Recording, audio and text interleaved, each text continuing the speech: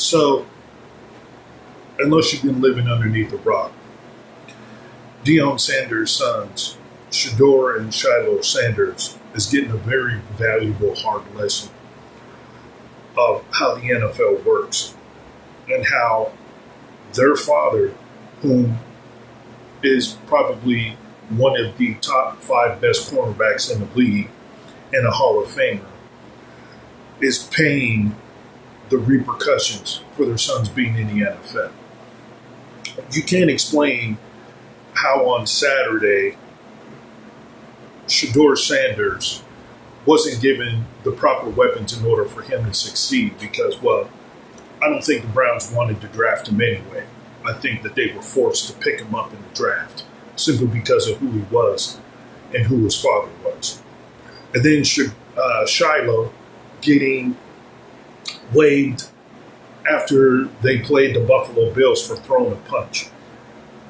And I don't understand that either because how many times do you get into it in practice or on the field during a game when a game is on the line and you do something stupid like throw a punch? So I'm thinking if he's in an actual game and the game's on the line and he throws a punch after the guy's being aggressive with him, you're just going to cut him, which to me doesn't make any sense.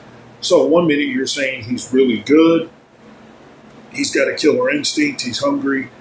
He has all the weapons that you need in order for him to be a really good cornerback or a safety. But then at the same time, you let him go over something so stupid as throwing a punch because the guy was being aggressive with him.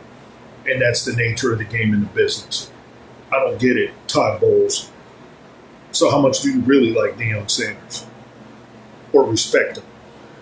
And then Kevin Stefanski and the Browns. Well, I'll put it to you this way. The Browns will never be relevant simply because of the dumb decisions that they made, such as we all know that Shedur Sanders is way better than Joe Flacco.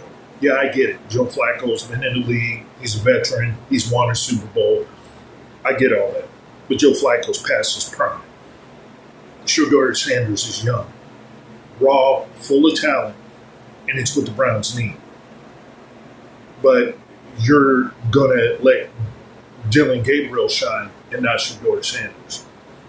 I don't understand what they're doing over there in Cleveland, but it might just blow up in their face. And if I'm Shedur Sanders, I want to get traded. I don't need this. It's very obvious you don't want me here. So again, it's a very valuable hard lesson of how just the NFL works.